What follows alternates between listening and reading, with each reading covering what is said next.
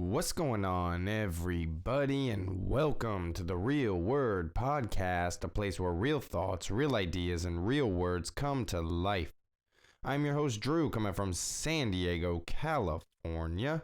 Thank you for stopping by, tuning in, checking out the channel. Make sure to like, share, subscribe, hit up all the links down below.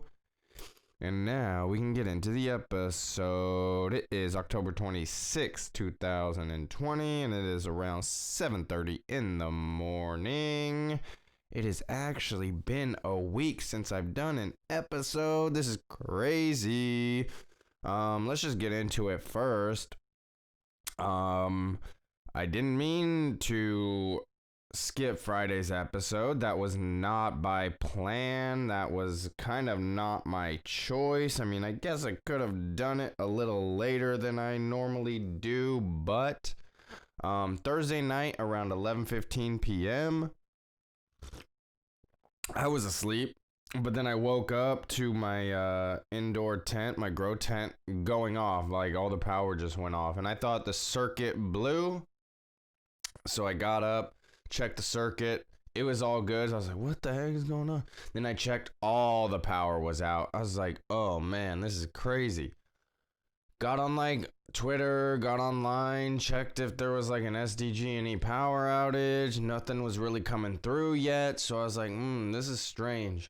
So I decided to, first I was scrolling for about 45 minutes, just trying to get an update, see what was going on.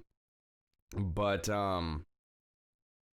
around midnight or so, probably about an hour later, I decided to actually call SDG&E, got their like automated system, put in all my information, like where I live, etc., and they said that there was actually a planned power outage that night, and it should be back up by 5 a.m. I was like, okay, cool, I'll be able to, get up and do my thing. Got up, and it was still out around 5:30, 6:30 still out, 7:30 is still out. Like right around 7:45, I think it kicked back on, which I guess I could have done it because it's about that time right now. But some things already happened, and I decided to just kind of move on with the day. So that is why there was no episode on Friday. I really wanted to. I was planning on it. I was, that was the goal, but there's kind of nothing I can do when the power was out, And I had no idea when it was going to come on because they said it was supposed to be on at 5 and got up around 5:30 or something, still not on. Got up at 6:30, still not on. I was like, man, there's nothing to do. And then I was like, oh, cool, I'll be able to go on my laptop and stuff. And psych. The Wi-Fi was down as well because the power was out. So I literally had nothing to do. I was like, what the heck is going on? This is frustrating. So yeah, that is why I was unable to do an episode on Friday. But Friday was also a little bit eventful. It was pretty cool. We finally got our kitchen set up completely. We got our new sink in. We got the countertops in. Everything is good. Like, we had a little bit of a problem with getting the sink in. So we had to call the cabinet people again. They came through. It was just probably like a 10-minute thing that they had to fix. And we got it set. And we are good to go with our kitchen, and I am so happy about that. It's looking really nice. My dad went to the store yesterday, filled up some of the cabinets and the pantries and stuff, and looking good, man. It is looking good. I like it. So shout out to the cabinet company here in San Marcos, California. They kind of, slipped up a little bit and kind of had us not have a kitchen for about a week, which was a little frustrating. I had to keep eating out and stuff, but damn. Once it got done, I am happy with it, man. I am really happy with it, so it looks good. Looks clean, and I am stoked on having a new kitchen, man, basically. So that's cool. What else is going on? We kind of have a lot to get over. to go over today, man. There was kind of it was a pretty somewhat eventful week. I mean, I'm probably just gonna go over um the weekend stuff basically, and then maybe a couple of, because I guess the debates happened on Thursday, so we'll kind of cover a little bit of that. And I think Amy Coney Barrett's supposed to be sworn in today or voted in today, so that hasn't been done yet. I believe I read this morning that the Democrats held like this overnight, all night long session thing, and they're just trying to like hold off as long as they can. But the conservatives voted 6-3 from my understanding, from what I read. So in all likelihood, she's gonna get sworn in and confirmed. And to me, that sounds like a good thing. So we shall see what happens in the next handful of hours, I would assume. But yeah, we'll see. We will see. What else is going on? So my mental health, I'm doing okay. It's been kind of up and down over this last handful of days. I had my therapy appointment on Thursday. It was a good one. I usually do it every 2 weeks or so. So it was that time. It was good. And then on that day, Zach came through and we did an episode. You can go check it out on @the_No World Order podcast on Instagram, on the IGTV.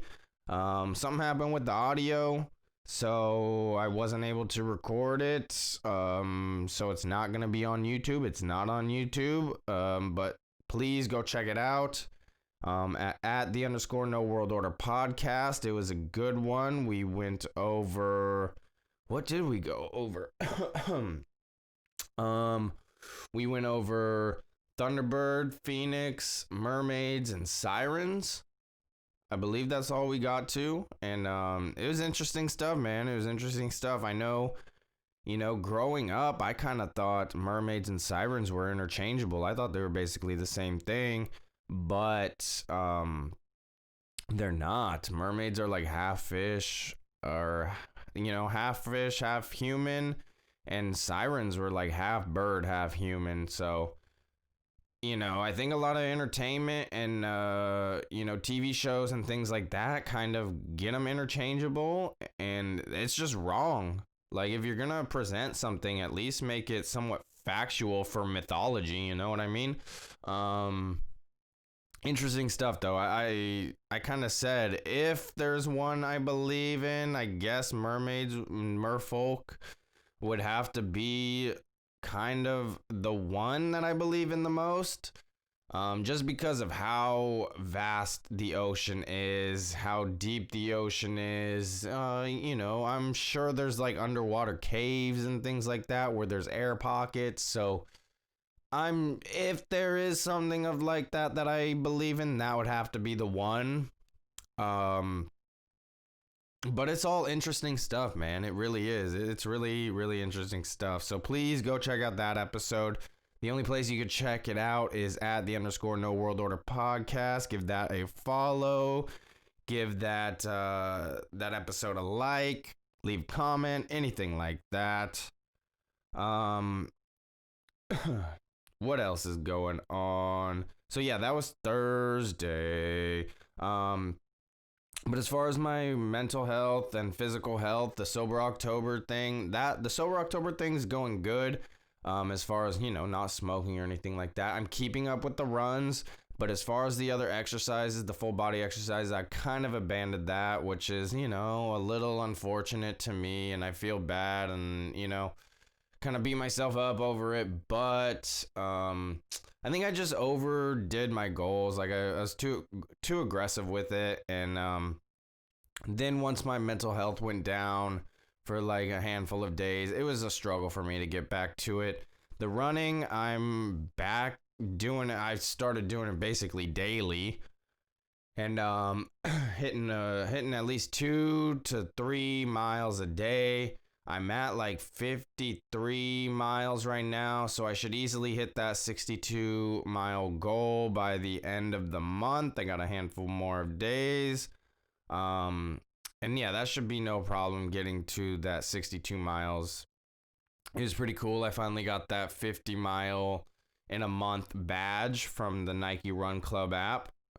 So that's pretty cool. That's good to see the progress there.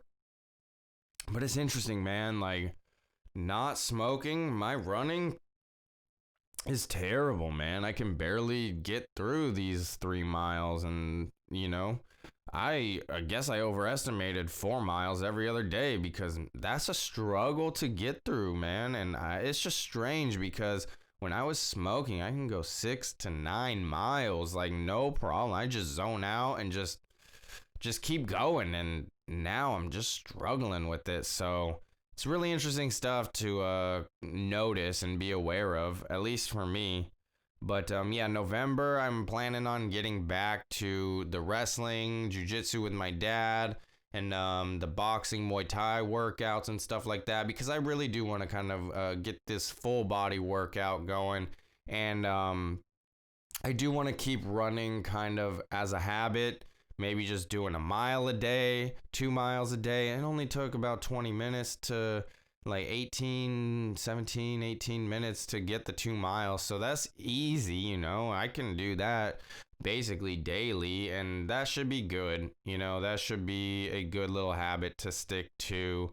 And yeah, but I need to get these other workouts in starting November, just get it going, get the wrestling, jiu-jitsu, and we have the heavy bag, so work on some heavy bag workouts and just get that full body workout in like I planned on doing. I just really need to stay disciplined with it. And yeah, I was a little bummed that I kind of abandoned it the later half of this month, but what can you do? What else is going on? So we talked about Friday with the no power and the kitchen getting set up and all of that. So that's cool. Saturday. So Saturday was interesting. We had the UFC 254 on pretty early in the morning. I watched a good majority of the prelims, good fights, and then I had to get ready and go to Zach's baby shower. Him and his wife's baby shower. And yeah, that was, I think, my first baby shower that I've ever been to, and it was a good time. It was pretty low key. There's probably maybe like 10, 12 people there, something like that. Just a lot of family, couple close friends of theirs and stuff. And yeah, it was a good time. It was a good time. They played like little games, and I actually won one of the games. It was the chug a bottle.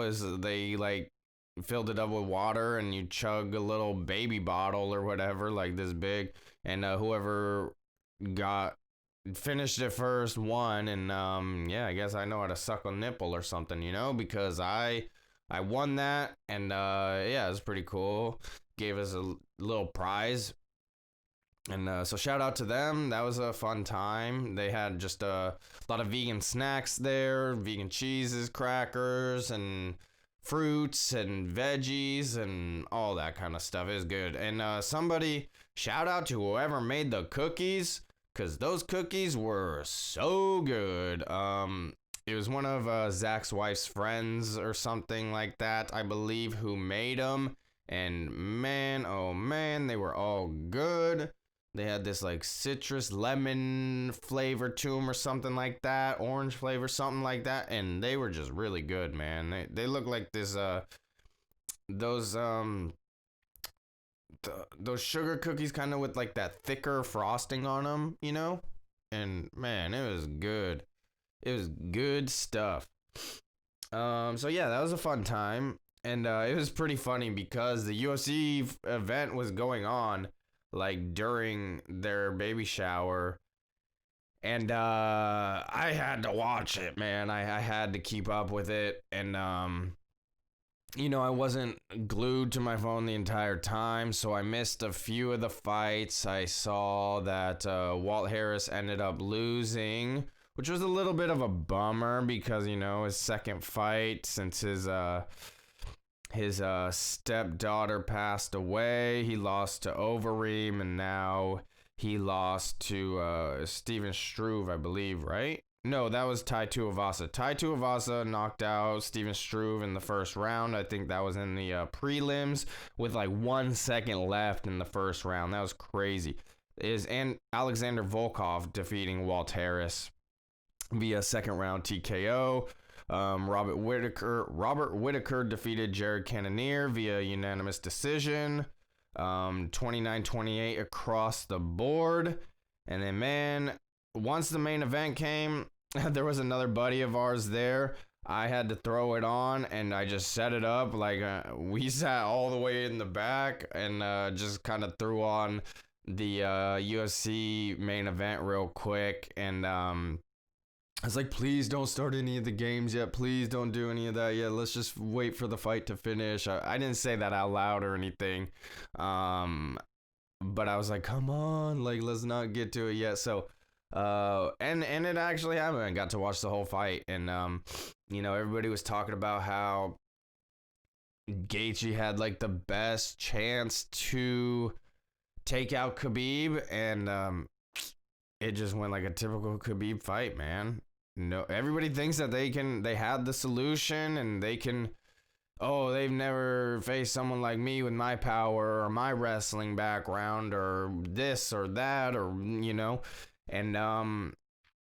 it just went out in like typical Khabib fashion.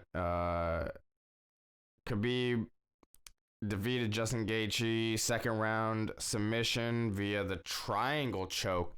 And the way he got this triangle choke was just so fascinating, man. He went from on top and then flipped him around, and he got on bottom and choked him out. And Gaethje did tap. He did tap like twice. The ref missed it or something, which was interesting. And he put Gaethje to sleep. He put him to sleep just real quick, man. It happened fast, and it was crazy, man. Interesting stuff. And then after, I didn't get a chance to see this until later, but Khabib ended up retiring. I guess he had like a broken foot just like a few weeks prior to the fight too. So shout out to Khabib for persevering and pushing through that and getting to the fight and going out on top, man. Retiring on top, 29-0. Once his dad passed, it was a big impact on him, and he got the call, from what it sounds like, from what I read, heard, whatever. He got the call from Dana for the Gaethje fight, and he told his mom that this was his last fight, and it seems like he's a man of his word, and he's sticking to it. So he probably wanted to get to 30-0. But doesn't look like he's going to be doing so. We'll see what happens if he ends up taking a year or two off, something like that, and then comes back. But I don't really think so, man, because he seems like a true man of his word, and he doesn't want to disappoint his family, his mom, anything like that. So I would not be surprised if that was the last we saw of Khabib. So, and what a way to go out, man. Just on top, 29-0 in his pro mixed martial arts career. And I believe it was like 13-0 in the UFC alone. So, just a dominant performer, man. And he was just killing it, man. And just the pressure that he puts on is just so insane, man. He just did not give Gaethje a break. He just kept pushing forward, throwing the jab. I know Khabib didn't like those leg kicks that Justin was throwing, though. Once, he did one, Khabib took, like, a bad step down, and then, like, he did a couple more, and then there was, like, one more, and then Khabib was like, all right, screw this. Let's go to the ground. Got him on the ground. And then it was over within like a minute. Like, it was crazy, man. So it was in the second round, though. Don't get it twisted. but it almost ended in the first. Like if he had like 20, 30 more seconds, I almost guarantee it would have ended in the first because he got him on the ground, got him close to this arm bar, and then the time ran out. So it was interesting stuff. But Khabib Nurmagomedov went out on top, 29-0. So what does that do for the light heavyweight division, man? The 155. Or not the light heavyweight, the lightweight division, my bad. The 155 division. What does that do for that? That opens it up pretty big. That opens it up pretty wide open. So we shall see how the UFC decides to play this one out. Should be interesting. So yeah, we watched, we threw that on, and then all of a sudden they start playing the games and all that after the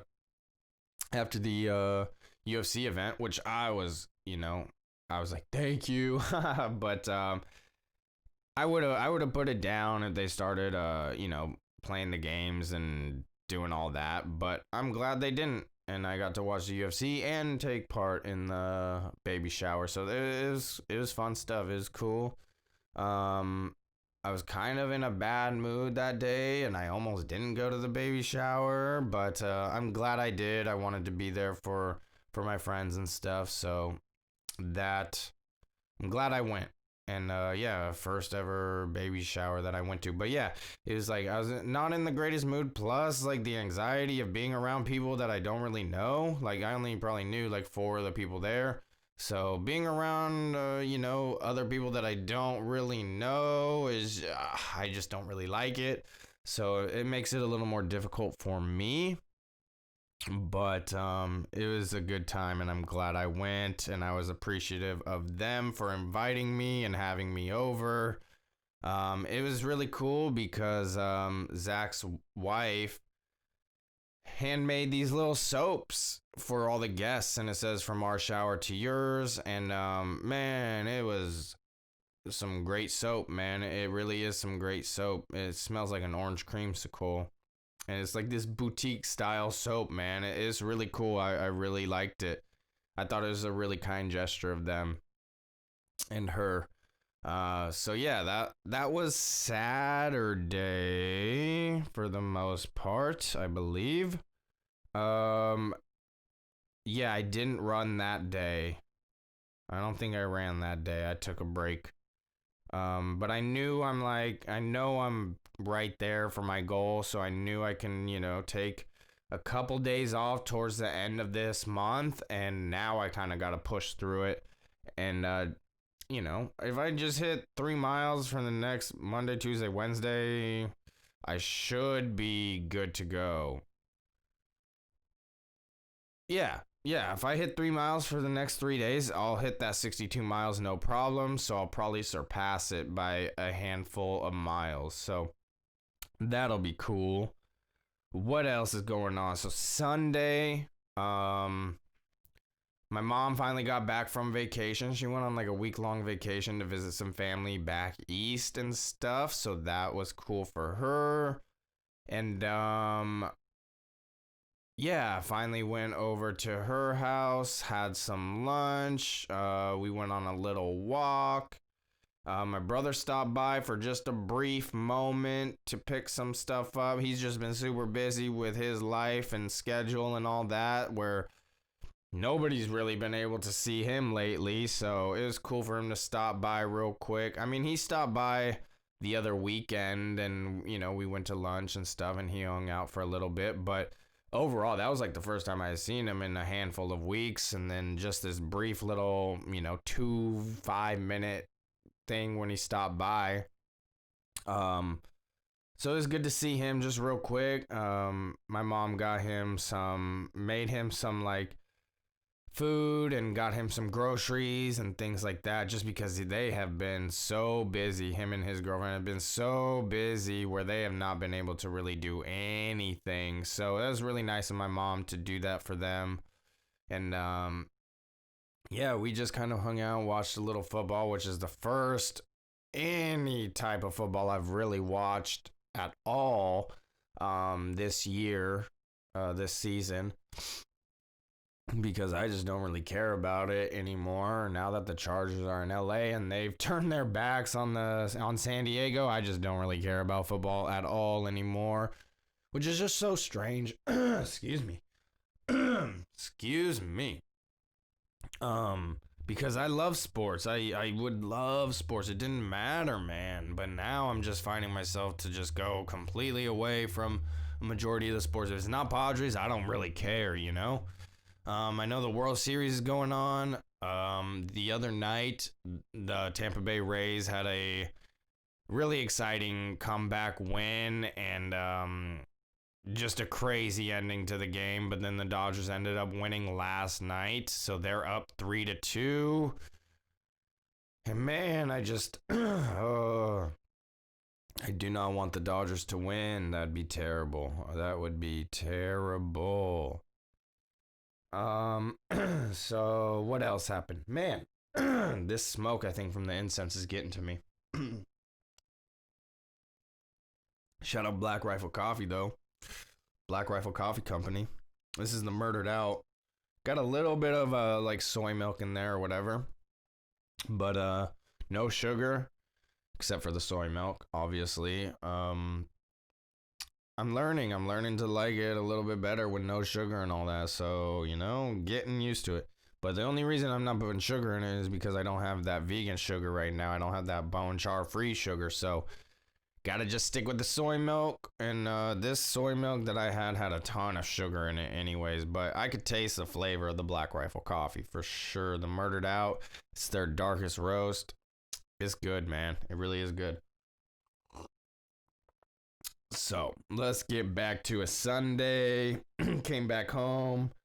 Yesterday was weird, man. Excuse me, jeez. Started to rain a little bit here in the area. And it's interesting because I think I talked about it on Monday or maybe sometime the week prior. I don't know, maybe it was Friday of the previous week. I don't know exactly when it was, but I believe I talked about it where there, you know, I hadn't seen any like chemtrails in the sky for months that I could remember. Like, I just did not see them for a long time. And all of a sudden, one day, there was like a ton of them, like a handful of them in the sky over the area that we live. And I said, watch out, it's going to get overcast, cloudy the next week or so. And next thing you know, it's all overcast and cloudy and it starts to rain. Is that coincidence? Is that, I don't think so, man. I said get ready for this next wave of COVID, that's what I'm saying. Because the flu is completely gone, you know, which is a joke. But anyway, went on a quick like 2-mile run. I think I did just over 2 miles and got that done. Took a shower. Had someone come over. I'm not gonna say names, but yeah, she came over and we just kind of hung out, had a little dinner, some snacks and stuff, and we threw on American Horror Story, Coven, which I've already seen all of the episodes on that are on Netflix. I know they have another season, 1984, which is not up on Netflix yet, which is a little frustrating. But I did see that they're going to be planning on a season 10. So that is awesome. I can't wait for that. But we got through like the first 4 episodes of Coven. And I thought it was perfect timing because in that episode, in one of the episodes, either 3 or 4, I forget which one, they talk about like some of the origins of Halloween and it's dealing with witches and stuff like that, and that's the exact topic that we are going to be going over tomorrow for the No World Order podcast. So it was a good, you know, it was perfect timing, man. Like, it was awesome.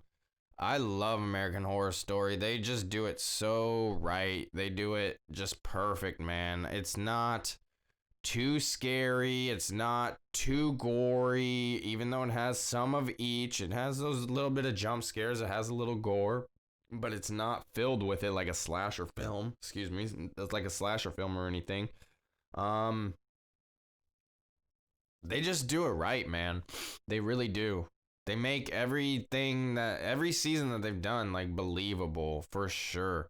It's good stuff. I really enjoy that show a lot. So yeah, we just kind of hung out and just watched a few episodes of that. I was trying to bid on this Eric Hosmer card, his rookie card, and I missed it by $1, man. It started out at like $5 just like yesterday yesterday morning, and it ended at like 7:50 in the evening, and it got up to like $38, and my bid was 37. So someone outbid me by $1. Just bummed me out. And it was Eric Hosmer's birthday the other day on Saturday, so I really wanted his card that day. But there was another auction going on eBay, and I was just at the baby shower, so I couldn't get to it. I kind of forgot about it. Excuse me.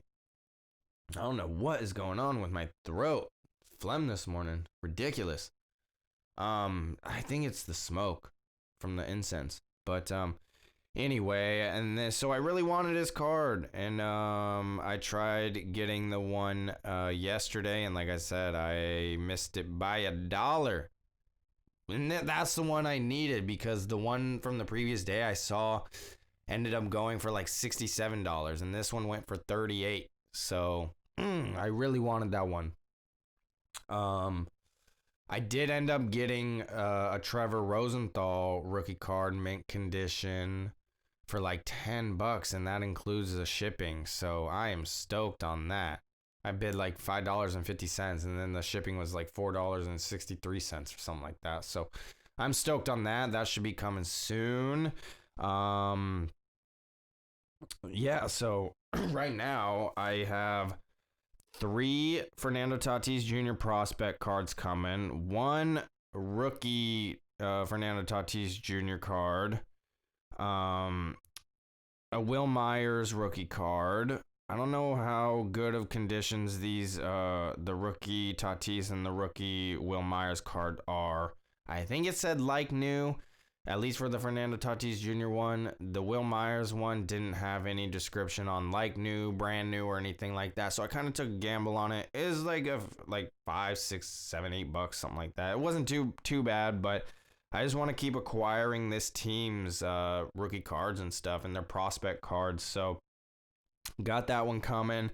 I got a Mike Clevenger rookie card coming. I believe that one's signed as well. And I think it's mint condition. I think it was graded. I'm not 100% sure. Maybe I can check real quick. Let me see. But yeah, I'm excited. I'm excited to, get those going. Yeah. Okay. It doesn't look like it's graded or anything, but it is autographed and all of that, and it's his rookie card, so I'm excited about it. And on my watch list, I have this Chris Paddock, Jerkson Profar. I need the Manny Machado, Tommy Pham, and then probably a couple others as well. But yeah, I'm starting to acquire this team's rookie cards, man. I'm excited about it for sure. I am excited. I'm a card collector now, guys, So yeah, all of those should be coming this week. They should be getting here this coming week, and I'm excited about that. I'm gonna actually need to order more of those cases, the 4-screw cases, because I'm already gonna be close to the 15 that I ordered. I was like, oh man, I didn't think I was gonna be getting this many cards, but I'm excited about it. I like it. It's fun. And who knows, man, if this team just continues to do well, and if they continue to get in the playoffs, continue to set records, and man, if they can even get a ring out of this team, I will be very happy. I will be very, very happy. So yeah, now I have the Jake Cronenworth ones. I got 4 of those. I'm going to have 4 Tatis cards. I got the Will Myers rookie card, the Clevenger card, the Trevor Rosenthal card. So, yeah, I need the Eric Hosmer, Manny Machado, Chris Paddock. Oh, Zach Davies, Tommy Pham, and Jerkson Profar. And then probably just a couple others, you know? Just keep acquiring little ones here and there. I kind of went all out over this last week or whatever, but hey, it's exciting. It is exciting to me. So yeah, I went over. We're gonna be doing an episode tomorrow. No World Order podcast. I think we're gonna be doing the IG live. Like I said, origins of Halloween, witches, and maybe a little ghost stories or something like that. I think Zach has a personal account or something like that. So that should be interesting. And like I said, just watching the American Horror Story Coven, it just went perfect with it. I'm probably going to go rewatch that episode, 2 episodes that we watched from last night, just to get a refresher on it. See how true to the origins of Halloween it is, and do maybe a little, you know, fact check on it or something. Speaking of fact checks, man, the debates happened on Thursday. And that was interesting. We can kind of go over that real quick. Have an article pulled up. This is from NBC News. It says 4 takeaways from the last presidential debate of 2020. It says the mute button was moot. President Donald Trump mostly looked backwards, and Joe Biden brushed off personal attacks in the final presidential face-off of the cycle. All right, let's get into it. It was probably as normal as things can get this election cycle after the last face-off turned into a name-calling shouting match. Thursday night's presidential debate, moderated by NBC News' correspondent Kristen Welker, resembled a much more traditional matchup and provided one of the clearest contrasts. Man, they gotta work on their editing, man. Matchup provided the clearest contrast yet between President Donald Trump and his Democratic opponent, former Vice President Joe Biden, on everything from race to the environment. While Trump went into the final debate signaling that he was looking for theatrics, baselessly accusing Welker of being biased on bringing as his debate guest a former business partner of Biden's son, the candidate stuck mostly to the topics at hand and allowed each other their allotted time to speak. Yeah, initially, so let me just get into this real quick. This debate went much better for everybody around. That last one was really tough to get through. Just a lot of interjecting, a lot of talking over each other. Trump kept interrupting, and it did not make Trump look good, in my opinion, that first debate. And this one, they initially it was all right. I will say the moderator was just hitting Trump with all of these leading questions and oh, so how are you going to deal with the vaccine? Oh, who's doing the vaccine? When is it going to be planned? And all this stuff. And then would not do the same type of grilling towards Joe Biden and just kind of give him easy questions and not do follow-ups, not fact check them and anything like that. So it was really frustrating. It's I'll just say this. It's, Joe Biden said he never said he'd ban fracking. And it's yeah. Trump was yes, you did. Yeah, you have. He's I'll post it tomorrow. You'll see it tomorrow. There's video of it. I don't know how Joe Biden can just get away with lies and thinks he can just get away with that because maybe an hour or so after the debate, Trump tweeted this video of Joe Biden saying he'd ban fracking 10 times.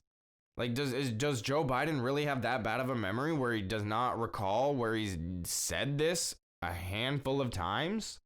More than a handful of times? It makes no sense, man. I don't understand how they can just get away with that. It's ridiculous. And not be fact-checked.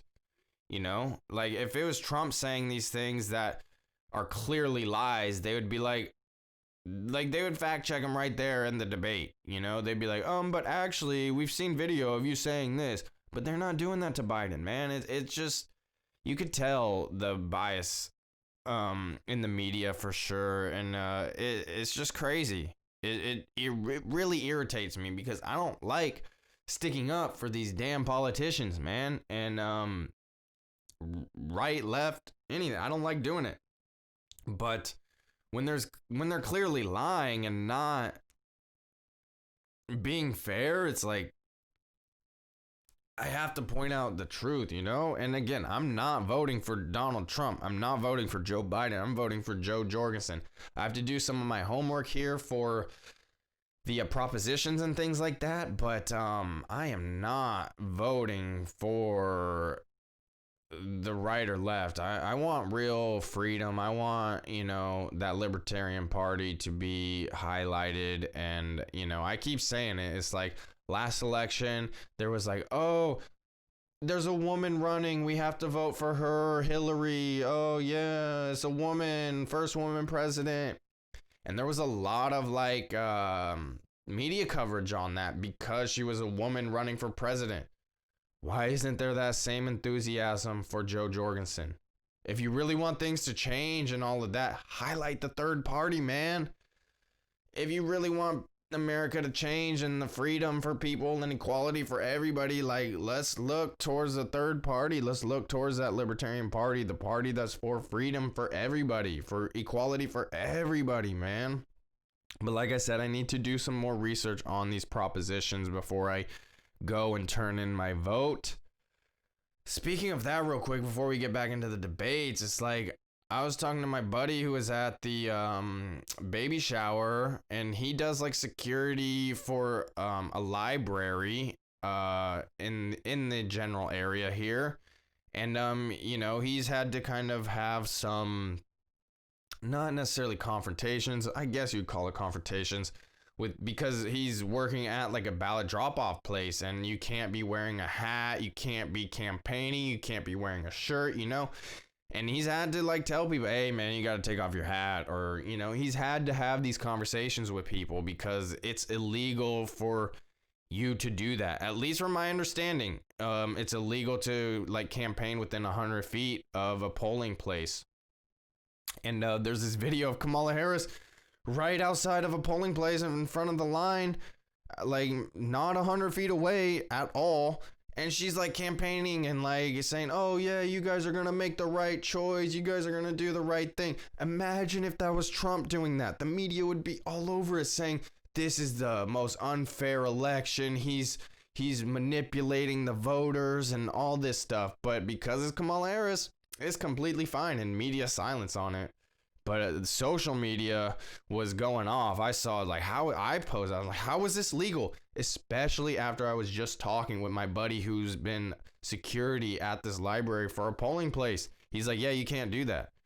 And then the next day, Kamala Harris is out there doing that. It's, oh my God, it drives me insane, man. Just how they can get away with some of these things. It's mind-boggling to me. It really is. Trump was able to land many of the attacks his advisors had hoped he'd use against Biden during the first debate, and Biden came prepared with counterpunches while making a case for what he'd do with 4 years as president. Here are 4 takeaways. Mute button effect. After Trump refused to follow the agreed upon rule of letting each candidate have 2 minutes to respond to questions throughout their first face-off, frequently breaking into Biden's responses, the Commission on Presidential Debates threatened in advance of the event Thursday night to cut off the microphone of any candidate trying to interrupt the other during this go-around. Trump had called the plan unfair and even suggested he would keep talking even if his mic were muted. That's hilarious. But in the end, he may have benefited from the restraint the threat provided, coming off less like a bully than he did during the last debate, which I agree with 100%. Trump's advisors had also urged him to give Biden more time to speak, predicting Biden would make a gaffe or fumble a response, and Trump seemed to heed the advice. But Biden didn't make the sort of disqualifying error Trump and his allies have been counting on. No, he just lies. He just straight up lies. So he didn't stumble too much or anything. He had a couple little brief little gaffes and sentences that didn't really make sense, but overall, Biden did decent. But the lies, man, I just don't understand how they can get away with the lies. That's just what's insane to me. Trump looking back, Biden looking ahead. While Trump gave a stronger performance than he did in the previous debate, many of his answers look backward rather than forward, a tendency as his advisors have urged him to avoid. Unlike in 2016, when Trump had a clear pitch to the American people about what he would do if elected: build the wall, drain the swamp, bring back jobs. He has failed to crystallize a second-term agenda into any similarly succinct and clear message. Which I guess is true. I would say that's true, but, a lot changed this year, and it feels like because of the Democratic Party. And they're not letting the country open up. So it's like all he can really do is show what has been done over the last 3+ years prior to the shutdown. So it's like, yeah, if you want the country to be good and thriving and stuff, like, look at what I was able to do. And once this whole pandemic, so I'm thinking once the election happens, one way or the other, let's hope Biden doesn't win, because he's talking about mandatory vaccines and, mandatory masks and all that. It's like, no, you're not. I'm not doing that. You're going to have to kill me. Like, straight up, you're going to have to kill me to get a vaccine in me. Like, fuck that.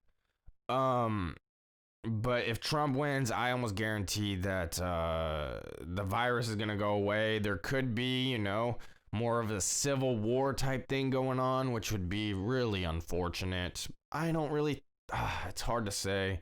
It really is hard to say. It's like, I don't think so. I think there's a lot of hype with this going on, but you never know. We've been seeing what's happened over the summer and spring and all that, man. It got a little crazy there. It seemed to have died down a little bit, but it could get bad. It could get bad either way. It's like, I'm not having no vaccine forced upon me. So if Biden wins, there's going to be the, patriots, the Americans that are like, no. You're not doing that. So then there could be a battle between that. And if Trump wins, the left is going to be really angry and upset again. So we'll see what happens. We shall see what happens. This is going to get interesting. Get your popcorn ready. Get your gun ready. Because it could go down. It can go down for sure. But I'm thinking everything's just going to smooth over after the election and get back to some sort of normalcy. That's my opinion. But these governors just have too much control, man. They're keeping us locked down, and that's not fair. It's not okay. It's like they took a whole year from us, basically, just for political reasons. And I keep saying that. Trump repeatedly returned to defending his actions over the last... yeah. Okay. I thought I already read it, but Trump repeatedly returned to defending his actions over the last 4 years and complaining about how he had been mistreated, playing the role of the victim at times rather than that of a defender of the American people. He blamed people deep inside the IRS for auditing his taxes and unprompted complained about special counsel Robert Mueller's investigation into Russia interference in the 2016 election. When asked what he would do to guide the nation through the next phase of the coronavirus pandemic, Trump spent most of the time touting what he had done, avoiding the opportunity to talk about a plan going forward as case numbers spike and claiming that a vaccine is coming in just a few weeks, even though his own health officials have said it would be widely available until well into next year. Yeah, Biden came with more prepared talking points about his plan, from heavily encouraging mask wearing to providing more subsidies for alternative energy sources and less for oil and gas. Trump's closing argument about Biden. Advisors have said that after 4 years in office, it's likely that there's little Trump can do to change voters' minds about himself. but they have been looking for the chance to change minds about Biden, and Thursday night was their best and most likely their final opportunity to do so. As far as Trump is involved, yeah, that's probably true, but then the Hunter Biden stuff came out yesterday, and that is not looking good. That's not looking good. It's like, I think I saw something, like a Google search or like trending or something. Can I change my vote? Like, that was like one of the top searches going on right now. So it's like, and I don't think there's a way you can change your vote. So that's pretty unfortunate. We'll try and get into a little bit of that Hunter Biden stuff in just a minute. Kind of running out of time here. We got like 10 minutes left, and I got some of this to go over still. So, but Biden came prepared and looked to turn the issues back on Trump, rattling off reports of Trump's questionable business dealings and hammering him over his decisions not to release his tax returns. Biden said the reports about his son's business dealings were Russian disinformation. But that's a lie. And the lie detector determines that is a lie, Joe Biden.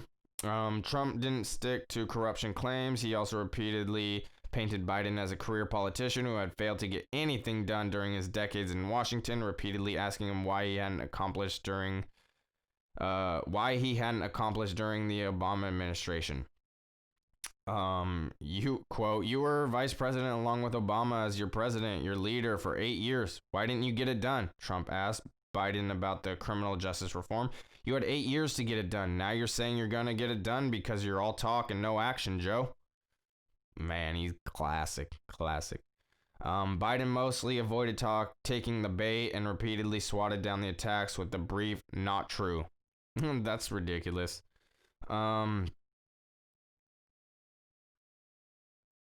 Oh, I missed a part right here. Trump came ready to lay into Biden over his son's business dealings in the primetime event, accusing Biden and his family of having gotten rich off the vice presidency. He said they were like a vacuum cleaner. They're sucking up money. Damn. Crazy. The effect on the race, with Biden consistently leading in virtually every battleground state, it was up to Trump to change the dynamic of the race. While he had a stronger performance than he did in the last debate, he stuck to familiar talking points about everything from the coronavirus to race, areas in which voters already disapprove of his performance. Democratic strategists said going in that Biden didn't need to change minds, he just needed to get through the night without making any disqualifying errors, which he avoided. With at least 42 million ballots having already been cast, only a small fraction of voters saying their minds could be changed, any effect on the election could still be minimal. Still, with Trump and Biden running neck and neck in numbers of key states, a boost on the margins could be all that's needed to tip the scales. And I don't understand how Biden is winning in any of these polls, because when you look at Trump's rallies, they're packed, just packed full of people. And you look at Biden and Harris's little rallies, and maybe 15 to 20 people are showing up. And Obama was out campaigning, and there was like a handful of people there. So it's like, and then the rally or whatever right after the VP debate of a few weeks back, Biden and Harris stopped in Arizona and not one person showed up. And this was coming from the local Arizona news media where it was taking place. Not one person, zero people showed up. But you look at Trump's and they're packed. Thousands of people every single rally, like multiple times a day, like at least 2 times a day he's going on these rallies, and they're just packed, man. So I don't understand how these polls are saying that Biden is leading in these battleground states when not one person shows up in a battleground state in Arizona. Makes no sense to me. Like, I don't understand it. So let's get into this Hunter Biden stuff just real quick. I was made notice by a buddy of mine that some videos were released showing Hunter Biden in these compromising positions, having sexual encounters with somebody, multiple people, I don't really know. We don't necessarily know the ages based on the video, but people are speculating that they're underage. Let's just read this. Bombshell revelations will alter the trajectory of the most important presidential election in U.S. history. InfoWars has been working on this story with DC and New York insiders simultaneously as Mike Adams worked on this story, and they confirmed his bombshell analysis that evidence exists showing Hunter Biden sexually abusing underage Chinese teenagers.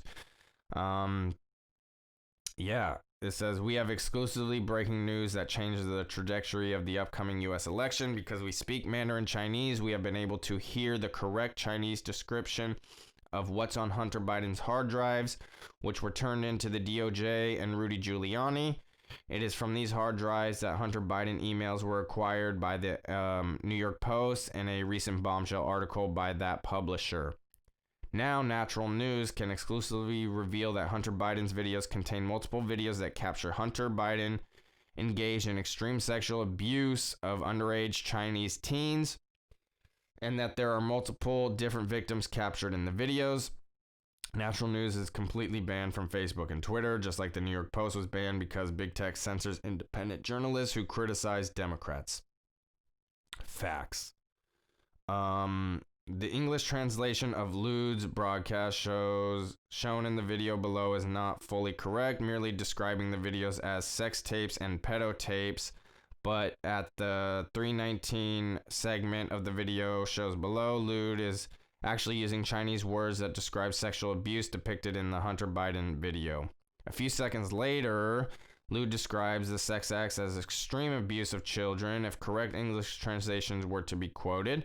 This implies violence and rape, and it confirms that the victims of Hunter Biden's sex acts were non-consenting. In other words, the Hunter Biden hard drives are not merely about sex, they are about violence and sexual abuse of minors, and the CCP, the Communist Chinese Party, or the Chinese Communist Party, has all these videos and more, which can be used as leverage against Biden's presidency. His story has been breaking big on social media, which is popular. Brighton Social, which is a popular new uncensored news feed now with over 10,000 members and growing by the hour. Yeah, it's just interesting stuff, man. Like, my buddy sent me where to see the videos. It was censored, so it's like, you know, I'm not trying to watch any of that shit, you know, but it was censored. You couldn't see anything, like, really. I think you can see Hunter Biden's face and stuff, and that's about it. I didn't go looking for the uncensored shit. Like, I'm not about to watch that. But then there's like pictures coming out of Obama's daughter, like her credit card with Hunter Biden, which looks like there was coke chopped up on it and stuff. And I don't know, man. It's getting really dicey. It's getting really, really dicey. Interesting stuff though. Interesting stuff. And it's not looking good for the Biden family at all. It's not looking good for the Biden family at all. I thought it was pretty funny. Like, I read that Trump brought in one of Biden's ex-business partners for the debate, and it's like Trump kind of did the same thing the last debates with Hillary, bringing the Bill Clinton accusers and having them sit there for the debates as well. Just interesting stuff. He knows how to play the game. That is for sure. He knows how to play these mind games and get in people's heads. It's pretty funny. But what's not funny is the seriousness of these allegations and the videos and the pictures all coming out. I can't really trust anything, you know, unless some arrests start happening, unless Hunter Biden like really goes to jail. I think it's all just smoke and mirrors. Like, I don't know, man. I'm not really trusting it. So it's really hard to kind of, you know, say it's for fact and all of that. But it seems like it, man. It really does seem like it. But I can't say for certainty that it is factual, you know? I don't know. It's crazy stuff, though. We are living in crazy times, and just over what? Let's check the calendar, because the election's on the 3rd, and then they're going like 3 days after to count for all the votes. So about 10 days. We should have about 10 days until we kind of see what happens with the election. Should be interesting stuff. And yeah, I just thought it was pretty funny how people were like, can I change my vote? Because of this Hunter Biden stuff. Not good. Not a good look. And the fact that Joe Biden just disqualifies it and pays no attention to it is really interesting, man. It's really interesting. Not a good look. It seems like everything the Democratic Party was accusing Trump of doing, they were doing. So crazy stuff, man. Crazy, crazy stuff. I think that is going to do it for me today. Got through it all. Gave you an update on everything going on. Yeah, I appreciate you guys. I should be back on Friday as long as there's no power outage or anything like that for another episode of the Real WerD podcast. No World Order podcast tomorrow. Should be tomorrow. So tune in there on Instagram. Man, I got to get back to the gaming. I've kind of just completely stepped away from that, but I will get back to it. I actually played a little bit, not on stream or anything, yesterday, and I saw that Call of Duty Warzone kind of updated their map again, have this little Halloween style thing going on, and it's nighttime right now on the game, and it's pretty cool. It's pretty awesome how they can update, like live update that stuff, and it just goes out to everybody. You don't have to like buy anything or, it just automatically updates. It's pretty cool how they can do that with technology now. It's pretty awesome. So got to get back to that. And yeah, that is about it. I appreciate you guys. Again, make sure to like, share, subscribe. And until next time, everybody, peace.